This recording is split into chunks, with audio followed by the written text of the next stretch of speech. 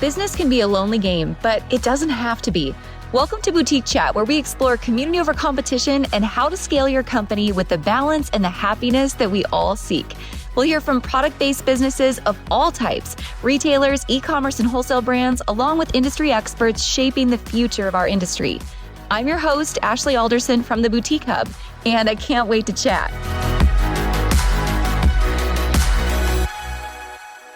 Hey guys, welcome back to the podcast this week. I am so excited. I've got two wonderful guests today with one incredible story to really share with everybody, and kind of coming from a different retail angle than we've covered a lot on the podcast before. So Kasey, Kaitlyn, thanks so much for being on the show with me today. Thanks so much for having us. Awesome. Well, I would love to just dig into the backstory. Kaitlyn, why don't you start us off? You guys are a family-owned business. You've got quite a history. Tell me how the business first got started. My mother, Marie Widmeyer, she bought the store back in 1995. And about 2 weeks later, found out she was pregnant with twins, which was Kasey and I. We grew up in retail. It was really important for my mom to have us involved in everything that she did. I think also even just in terms of financial means, she had to take us to work in order to make it work. And we just learned the tricks of the trade. And after graduating college, expanded Marmalade to multiple locations. And kind of here we are today with our little family empire. Now, that was a very brief overview. There's a lot of highs and lows that go into that entire story. So let me go back to the beginning. So your mom, Marie, you were in Coeur d'Alene. That's how it started, right? Yeah. We started in the Coeur d'Alene resort, Marie's Boutique. She actually worked at Marie's Boutique. Her name is Marie. Started steaming clothes when she was 15, and she has quite an incredible story coming up from foster care. Really, putting herself through modeling school at 13. And then steaming clothes and just being a part of the fashion industry because it's what she loved. And then got the chance to buy Marie's Boutique when she was 28 years old. That is incredible. That is a lot of perseverance. And so you guys saw this from the very beginning. I'm sure you feel like you grew up in the back room, probably had your own nap area in the back of the store. Yeah. Right. I think there's a lot of boutique owners who can relate to that, right? There's a whole generation of boutique kids that I see growing up. That's incredible. So how do you feel like even just that experience for you guys as children growing up in this industry shaped how you went through high school or going off to college? How was your perspective different being involved in a family business from such a young age? I think it also helped us develop a good work ethic. We saw our mom working really hard.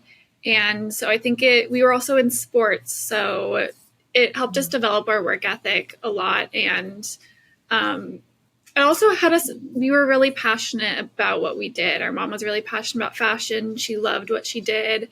And that energy fed into us in other areas of our life as well. We also were in an interesting time period because when we were in high school, we went through the 2007-2008 recession. And so we really got to watch my mom, she worked hundreds of days in a row just to keep our store alive and persevere through that. And that was a crucial, formative time for us as, 12, 13-year-olds to watch my mom, make us survive through that financial times. It was an incredible time. There was a lot of success stories that were born out of that time, which is, really a testament to the two of you and what you're doing right now. How do you think, having gone through that time specifically, how does your perspective change when you look at what's happening in the economy today? Maybe you have a different outlook than someone who, say, hadn't had that experience would have. You said that we were in high school, but we were actually a little bit younger than that. Oh, we were in middle school, yeah. I think it goes back to just making it work. I have this picture of Tim Gunn in my head that says make it work. So anytime that you have a challenge coming up, you kind of just figure it out. I think we're natural problem solvers. So I think it's just always making it work and figuring it out. And the spirit, I think, of doing it yourself. My mom, we've gotten to periods during our boutique life where we've had a great staff where they could run the floor, they could run sales, and we could focus on buying and trend forecasting. And that kind of comes and goes in roller coasters. I mean, right now the job market's kind of tough. And so finding people to work is hard. And you'll see all three of us working out on the floor with customers at any given moment because we have to make it work. We have to keep our doors open. Yeah, there's so much resilience in just entrepreneurship, right? That I think the general population doesn't always understand. We're kind of our own unique breed of individuals, right? Yeah. Yes. All right. So fast forward, how did you guys tell me the transition story of going off to school, coming back, deciding you wanted to be a part of the family business, expanding the family business? How did that unfold? We've always been very involved. Like it's almost been a lifestyle for us working in the store. We went out to college in South Carolina. We were doing business related degrees. I got a degree in accounting. She got a degree in finance. I always had it kind of in the back of my mind that I wanted to always be involved with the business, but I didn't really know exactly what it would look like because it was my dream to always move to New York and work in fashion. But we would work at the store in the summers during college. And after we graduated, we went back home for a little bit. I eventually ended up moving to New York shortly after I graduated college and was trying to navigate that. And then, of course, the pandemic hit. So that was like another curveball I had to figure out. And randomly one day I was Googling retail spaces in Brooklyn, New York, because that was where I was living at the time. And I found a spot and I proposed it to my dad, he runs all the financials of our business. So it's very much a family business. And so we honestly just like took the leap and made it work. And yeah, that's kind of the little overview. I think too, there's a little bit of our story that, like, as we said, we started a store in Coeur d'Alene, Idaho. So this jump to having a storefront in New York, I think was a lot of barriers of like, okay, so, Kasey and I see what my mom does in the store every year in Coeur d'Alene. We have now at this point 2 locations in Coeur d'Alene, a main street called Marmalade, and then Marie's Boutique, which is the original boutique my mom owned. And I remember one day, like, Kasey was working another retail job, and we would just compare, and I would know, the bottom line of what my mom did, and I kind of would be like, Mom, you're kicking butt. Like, you're making good money. Like, we're making, more at this point than some boutique locations in New York City. And so I think that was what like lifts off this limitless mindset of, wow, we could own a store in New York. And I think also like I really believed in her taste level and her talent that she had in fashion. And Coeur d'Alene is a great spot, but it's not necessarily a fashion hub, where I think my mom is really a pioneer in fashion. I think she's a visionary, and I think that I wanted more people to get a sense of her taste level and her talent. So that's kind of why I wanted to bring Marmalade and her story to a bigger place for more people to share. I love it. So there's also a location in Savannah, yes. correct? Yeah. Okay, so, yes. So many things. So when did the Savannah location come about? We opened Savannah in June 2023. Okay. We went to college in South Carolina. We fell in love with 2 kind of Southern charm cities, Savannah and Charleston. We would go on weekend trips, and we loved it there. I went on like a weekend trip in October 2021. I saw this space and I like really liked it. There was another boutique there. I started following them on Instagram. And then fast forward about a year and a half, I saw that they were unfortunately closing. And I reached out directly to the boutique owner to kind of get a feel on the space. I wasn't really like, it was more like curious. I wanted to see what was going on. And we ended up taking over her lease. We purchased all of her racks, her fixtures, her computers, everything, and took about a month after we took over to open up the store there. So I've always had it in the back of my mind that we wanted a store in the South just because it's a really special place for us. We went to college there. We have a lot of good memories there. And I think Savannah was the ideal location for us. The Savannah College of Art and Design is there, so it's a very artistic community. And we also like being able to support fashion students as well. So that was it was a good spot for us. And it sounds weird, but I feel like it makes sense for us and where we want to take the store. I guess there was a little bit of like a divine timing story with that. So Kasey's off doing this research about this store. She's dreaming and all of this stuff. And we took a trip back in, was it 2016? We took a trip to Savannah, one of those weekend trips she was talking about back in 2016. And our storefront actually used to be an old Club Monaco.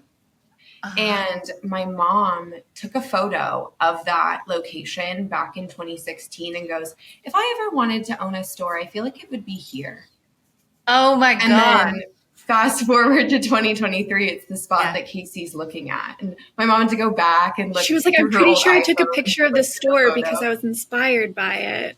Like my mom's very artistic. She's like, she will find places and cities and be taking pictures of the architecture and just be inspired by it. So she's just that type. She's very much a dreamer. Yeah. And so that's kind of how we run our business too. So let's talk more about that, because the most unique thing about your business and the thing that really I think has led to the success is it's very unique. The apparel that you sell is more high end, more contemporary. It's beautiful. I know your mom grew up, like making pieces herself, if I remember right, correct? Yeah. So many unique pieces there. I think, we've had such an explosion in the boutique industry in the last couple of years, but it's certainly more on a lower price point of things, more affordable fashion. And I think there's a miss in this mindset of, oh, my customers, would never pay this, or there's not a market for higher end contemporary pieces. There certainly is. Mm-hmm. So talk to me about that. Talk to me about some of the brands you carry, some of the price points, and how you really dug in to find your ideal customer each time you expanded locations. So we have a price point of about, I would say like 38 to 48 for t-shirts, upwards of, 800-ish for like specialty coats, leather jackets. I think that as we've expanded to locations, it's also expanded our horizon on brands. Mm-hmm. And so being open to, what the everyday woman wears in Coeur d'Alene, New York, and Savannah just are so different. We're such a diverse country. And so I think even just those locations have opened up our minds to, oh, wait, no, women in the South, they want a high quality, nice dress for a wedding or a baby shower, and they are willing to spend the money for that. Kasey, I don't know if she'll buy a little bit more for Savannah, and that's also even opened up our horizons this last year and a half. Yes. I also think that part of our values in fashion is we want clothing that you're going to pass on to your daughters, or something that's going to live for a long time in your wardrobe. I think we think a lot about sustainability in fashion. So I think we really are looking for pieces that are quality and are going to last you. We do have a good mix of brands in all of our stores. One of our best-selling brands is Molly Bracken. It's also a family-owned business. We love them. It does well at all of our locations. Their price point is mainly under $100. So that's a little bit more of an affordable price point at our stores. But we also picked up kind of like buzzy contemporary labels like Stod. And we do really well with like wedding guest dresses. We have Rails, which does well at, particularly well in Idaho. It's one of our best-selling brands in Idaho. Customers just recognize the label. It does have that brand recognition, which is important. But then we're also trying to find younger, more up-and-coming brands that we want to support as well. So it's all kind of a balance that we want to mix into our stores. I love that. I think our Coeur d'Alene location has kind of offered a lot to the practicality of New York and Savannah. I think sometimes, at least we've noticed, that our market women in Savannah and New York just have a little bit more money to spend, but that doesn't always necessarily mean the product is quality. And our life in Idaho, we kind of talk about how like we wear our bags, we do the things, we get our shoes dirty. And so we have that environment to really test the wearability of these products. Mm-hmm. I love that. So when you're buying, this is mainly project, probably coterie. We talked about Magic New York a little bit. Yes. And Molly Bracken, I think, is even in Magic in Las Vegas, like on the main floor there. Yeah. I love that brand, by the way, and their family story. So many quality pieces for a really great price point. Yes. So, and they've been a member of the Hub too for a long time. So I love hearing that. How have you taken those pieces and really, I think merchandising, you guys mentioned, is something that is one of your strongest suits in each location. Talk to me about the visual merchandising and how you're able to just tell a story with all of these pieces and give that very unique, one-of-a-kind experience in each of your locations. So like we said before, my mom, she's very visual and artistic, but I also think coming from her background, she also has practicality in mind as well. So she has a very good eye for displaying things that are both visually pleasing and work well in the store functionally. So I think that's really how we merchandise our store. We want to limit the friction point. I know in a lot of contemporary and high-end stores, you might see only like one or two pieces out on the floor, and then someone has to go in the back room and dig for it and then come back out. That's not really us. I think we really just want to be like having our customers digging through racks and we're pulling for them, and we want it to be a frictionless experience. We do a lot of like styled displays. So it's putting an outfit together on a rack about how it's going to look or how you're going to wear it. My mom's very big on like the yin and the yang. She likes putting like chunkier sweaters with flowier fabric. So it's all balance, and you have to move things around as stuff sells down. And it's always a work in progress that you have to do on the floor. Okay, you've got to know about this. If you have thought about being a member of the Boutique Hub, or if you're already a member of the Boutique Hub, this year we added something that I just can't wait to get into your hands, okay? So if you're a monthly member of the Hub, awesome, glad to have you. It's a great experience. But we were like, people who are really serious about their business and growing it into the future, they don't just join the Hub monthly, they join for the whole year, because it takes more than a month to impact and make real lasting change in your business. So this year we have updated our annual offer for those of you who are our members or thinking about becoming a member and joining for the entire year. You want to hear about it? All right. If you're an annual member of the Hub, not only do you get access to everything the Hub has to offer, from all of the education, live training every single week, all of our exclusive discounts, resources, wholesale brands, all the things. But now, as an annual member of the Hub, you also have access to some of our very best-selling masterclasses and handbooks. That's right. I'm throwing all of these crazy things in for free if you are an annual member of the Boutique Hub. This includes our best-selling small business marketing handbook, which is over 100 pages of content calendars, live sale ideas, TikTok ideas, reel ideas, social media ideas for literally every day of the month, engagement questions for literally every month of the year, collections, event ideas to run in your brick and mortar, and so much more. The small business marketing handbook is a must-have for every type of retailer, no matter what you sell, I guarantee it. We're also throwing in our small business hiring handbook, which is all the things you know to hire, train, onboard, job descriptions, everything you need to know to grow a team, plus our holiday marketing masterclass, our content sanity masterclass, best of our boutique summit videos, and so much more. There's over $1,300 added in courses, masterclasses, and handbooks just for you. Plus, when you're an annual member of the Boutique Hub, you get access to join one-on-one coaching calls with myself and several members of our team.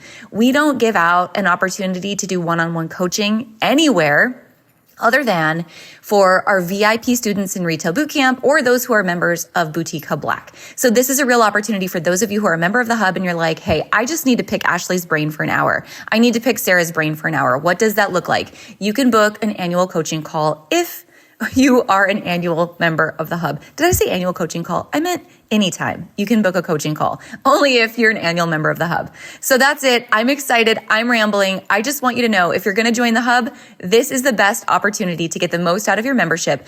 If you're already a member, reach out to our team at happypeople@theboutiquehub.com. We can get you upgraded to annual. If you're not yet a member, scroll all the way down to the join page at theboutiquehub.com and click annual to join us now.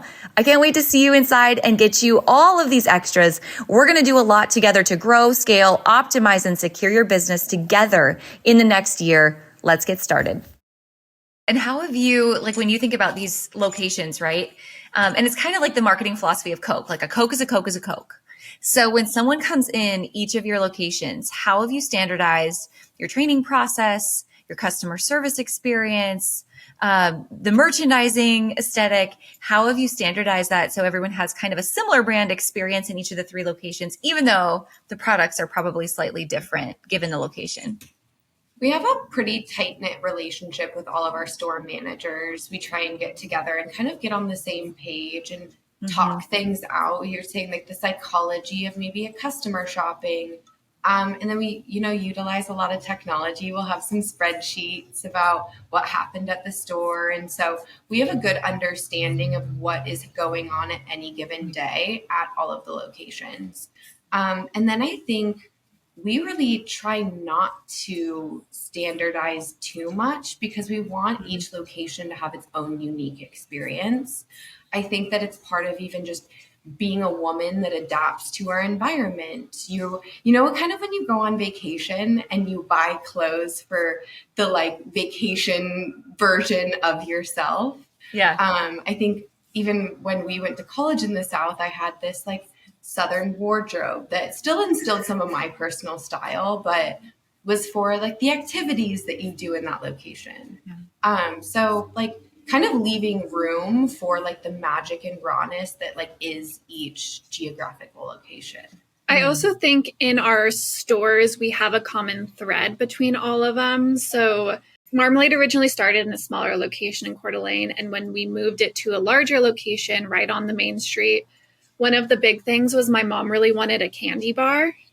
So she was like, I love candy. We always like go to the mall candy store whenever we went to go shop together. So she was like, I have to have the candy bar. Like it has to be there. So that's something that we have at all of our locations. My mom also started these grab bags that she started selling in the store. Part of it's to share her story about growing up in foster care, and it's a little bit of an inspirational message. So she has like GRAB is an acronym for Go, Reach, Achieve, and Believe. So in the grab bag, we have like little accessories. We might have like a few left of that we need to clear out and get rid of. So it's like a $5 grab bag that you can buy, and it's a surprise item. So that's something that we have at all of our locations. And then also we've always been into vintage decor. So all of our stores are adorned with like vintage art and vintage display pieces. So it's more of that store style that is a common thread between all locations. The vibes. I love the vibes. And I love the grab analogy. I'm wondering how else have you worked just your family story into each of the experiences in the store and online? Yeah, we are kind of, it's funny because I think that the Savannah store really solidified in June of 2020. Like, all right, we're in this. And we've really decided to like put our heads down and grow and build this brand because we love, and even like watching people open up a grab bag, it's such a silly thing. But my mom, she would talk about how much like we have this thing, like the surprise inside. And so like, making sure that we have this continuity of a feeling is probably the most important to us. That's so important. People don't remember what they bought from you, but they remember how you made them feel. Yeah, and I think that's what helps them come back too is it's the psychology behind it. They want to feel good, so you want to create a good environment where people feel good. What advice would you give to other retailers who are listening and they're considering opening a second or a third location and they're wondering, should I, shouldn't I? What do you think they should consider first? What would your advice be?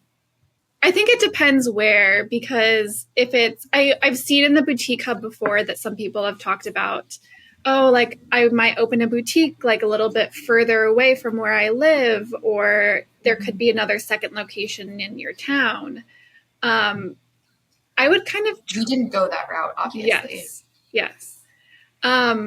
I think for me, I think inventory and easy inventory access is important. So we use Lightspeed, and I think it really works well with multiple locations because we can easily transfer inventory back and forth. I don't know. What do you think? I guess maybe like what are your goals to expand within your town and expand your network? Or is it to get a little bit of taste of something different? That's true. I think that sometimes like with Coeur d'Alene, Kasey talked about how it wasn't a fashion hub.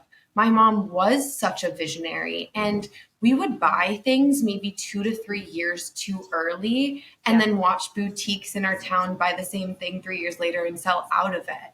And so what was our problem there? Our problem was we're a little too ahead of our times.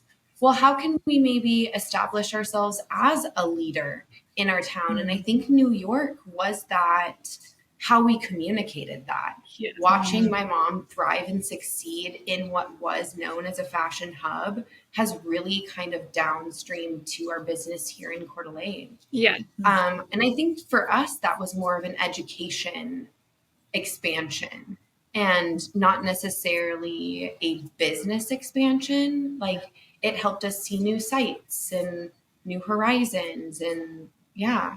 What are your goals? Are your goals to expand within your community and expand your reach or accessibility? Or is it to maybe like expand yourself as a business owner? Yeah, very good. Well, and I'm assuming, do each of you live in separate, or you're each like managing a separate location, living in a separate location as well? I live in she lives in Coeur d'Alene. I live in Brooklyn. And then we hired a manager in Savannah. So definitely, I think if you aren't living in the town that you have a store in, definitely have someone that you can trust, someone who understands your vision and is a good communicator. I think those are all really important. For sure. So good. All right. Well, are you guys, your story is incredible. I've loved hearing this, by the way. Are you guys ready for some lightning round questions? Yeah. Okay. All right. Buckle up. Kasey, are you ready? Yeah. I know that was a weak She kind of was like, oh, I don't really know. Okay, here we go. So I give you guys 2 hours back in your day to work on income generating activity. What do you do? Photo shoots, like plan a creative photo shoot. I would be working on listing items on our website. Perfect. Getting it done. Yeah. Checking the box. What is the unsexiest process in your business that is most impactful to your business? I don't know if I find this unsexy, but I always tell young women who want to get into fashion that's a lot of manual labor, and they find that unsexy. Do you like ripping boxes open? Do you like I mean, we're getting new merchandise is sexy, so I like that. I agree. Very good. Kasey? I think the unsexiest is learning how different employees work and learning the different psychology behind how to manage them and in managing people. Yeah. I have to, that's my personal pick right there. It is so hard to manage people. Yes. So hard. Yes. You still need to do it. Like, don't shy away and not hire someone because you're scared of having to manage them, but lean into the uncomfortableness of the process. All right. What has been the hardest business lesson that you've had to learn along the way? I think it definitely would be overbuying. Getting caught in the sexy part of market where you see all of the cute things and then your dad comes with a highlighted credit card statement that says, why did you spend this much? And you're like, it was all really cute. And then having to manage that. So the old highlighter. Kaitlyn? I think sometimes like buying things too far in advance and having an idea about something and getting it in and being like, that's not going to work. And then having to make it work. Yeah, so true. And I grew up in the Midwest. So when you were talking about like being ahead of your time in Idaho, all those things, I can completely understand how that happens. Like And we'll emotionally buy sometimes, and you'll get it in, and you're like, oh, yeah, I don't know what I was thinking. this was a me thing, not a we thing. Yeah. Yes. If it isn't All all right. keep it. Right. Take the personal items out and mark the rest down. What has been the best advice that you've received that always sticks with you? I think my dad always says something where it's like you don't get too high on the highs and you don't get too low on the lows. I think especially if you have a goal of longevity in this business, you can't get on the emotional roller coaster. Yeah. So just keeping a steady state of mind through each of those That's really good. highs and the lows. Mine's like find what makes you special and lean into that. I think the things that you're bad at, you're just bad at. Hire someone to do that. Like, I just move on. If you're bad at it, like, move on. You know what we always say? We say this in retail boot camp all the time, but very along the same lines. Do what you do best and hire the rest. Yep. Yeah. That's it. Let it go. Amen. All right. What is one business metric? So it could be financial, could be whatever, that you live by. And what's one metric that you wish you knew more about? I think for us in more of the contemporary space, we're really looking at margins for clothing items.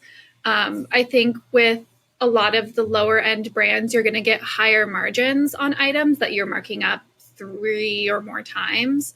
Whereas if it's an established brand that has their own web presence, they're going to have their set prices and the margins aren't going to be as large. So I think especially when I'm buying and bringing on new brands, I'm looking for brands that have a healthy margin, I don't really look at brands that have just a double margin.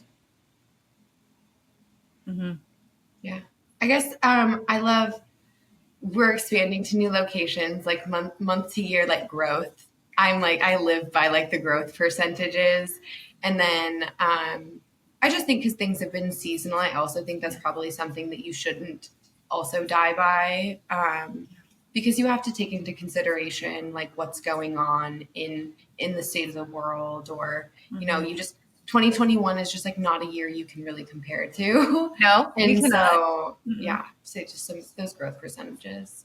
Yeah, I think that's a really common place where a lot of boutique owners, especially newer boutique owners, kind of fall down. It's kind of like what your dad said, Kasey. Like you can't, enjoy the highs too much. Or how did you say it again? Don't get too high on the highs and don't get too low on the lows.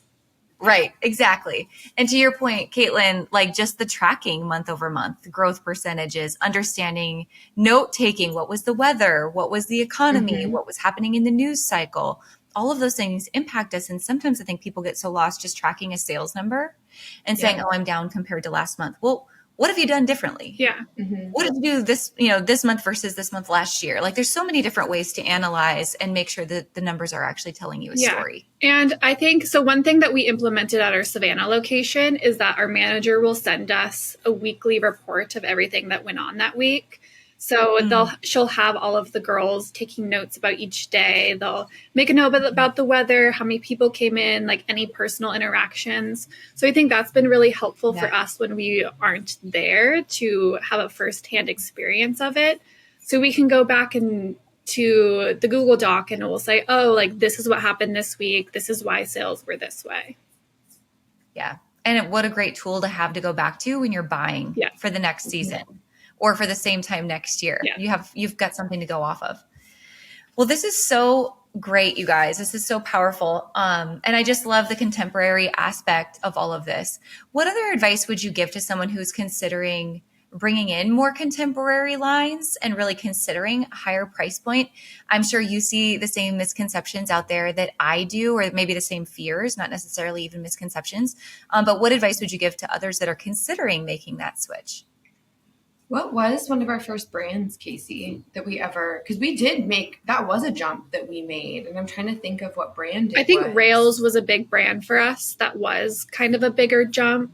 Marmalade, we did start more in the under $100 range, and Rails, their shirts retail for around $158 to $168. So it was a good little jump. I would maybe find a brand that has good name recognition that kind of helps to market to bring people in to help sell it. I think that's really important, but also keeping in mind quality as well. Yeah, I think that's a huge piece of it. And I'm seeing that trend across the board is just people demanding more quality at this point. The idea of passing down clothing from one generation to the next, right? Yeah. You can't do that on Shein. I also think denim is a really great place to start in this category. I think people might be willing to spend a little bit more on denim. Right. Agreed.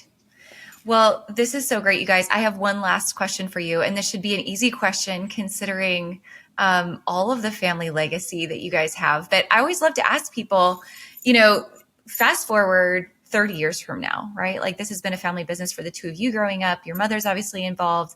What happens when your family expands and 30 years from now, you're all sitting on the front porch, friends, family included, and you're looking back at this family empire that you've built? What's the thing that the two of you really want people to remember most about who you were, the business you built, and how you lived? So we have two nieces. My brother has two daughters that will come in the store. And then we also have our manager, who her daughters kind of also became my mom's like little granddaughter, bonus granddaughter. I think for me personally, like just having this like essence of being a woman and being family oriented woven within our business and doing that successfully.